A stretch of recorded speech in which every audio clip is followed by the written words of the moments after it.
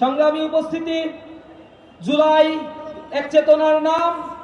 এই জুলাই মানুষকে শোষণ থেকে মুক্তি দেওয়ার জন্য আজ থেকে 1 বছর পূর্বে আজকে ঠিক এই সময়ে মানুষ সারা বাংলাদেশের প্রত্যন্ত অঞ্চলে রূপসা থেকে পাথুরিয়া, তামাবিল থেকে বাংলা বান পর্যন্ত জেগে উঠেছিল। তাদের এই গণজাগরণ ছিল শুধুমাত্র বৈষম্যের বিরুদ্ধে নয়, তারা একটি ইনসাফ ভিত্তিক সমাজ ব্যবস্থা কায়েমের স্বপ্ন নিয়ে তাদের বুকের তাজা রক্ত তারা বিলিয়ে দিয়েছিল।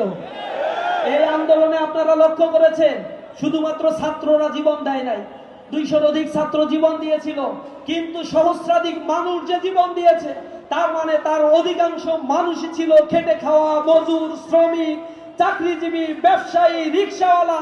এই মানুষগুলোর কোন বিসিএস এ পরীক্ষা দেওয়ার অ্যাম্বিশন বা আশা থেকে, রাজনৈতিক উচ্চাভিলাষিতা থেকে রাজপথে নেমে আসে নাই, তারা নেমে এসেছিল জাতির মুক্তির জন্য।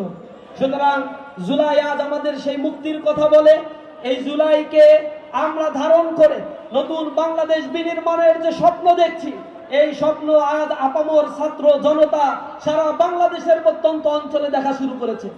আপনারা দেখবেন বিভিন্ন গণমাধ্যমের বরাত দিয়ে যে সংবাদগুলো, যে অবজারভেশনগুলো বিভিন্ন মাধ্যমে প্রচার হচ্ছে, দিনে দিনে ইসলামী ছাত্র শিবির এবং জামাত ইসলামীর জনসমর্থন এবং তাদের কর্মী সমাবেশ, তাদের সাধারণ গণমিছিলগুলোতে লোকারণ্য এক জনসমুদ্রে পরিণত হচ্ছে। মানুষের এক অভূতপূর্ব সাড়া আমরা পাচ্ছি। মানুষ তাদের হৃদয়ের অন্তরের অন্তঃস্থল থেকে বলার চেষ্টা করছে, আর কোন ফ্যাসিবাদকে বাংলাদেশে পুনর্বাসন হতে দিবে না। তারা নতুন উদ্যমে এক গণজাগরণ সৃষ্টি করেছে, নব বাংলাদেশ গড়ার শপথ তারা গ্রহণ করছে।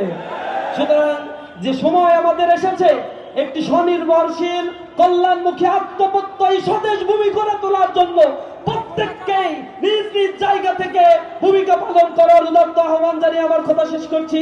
আসসালাম।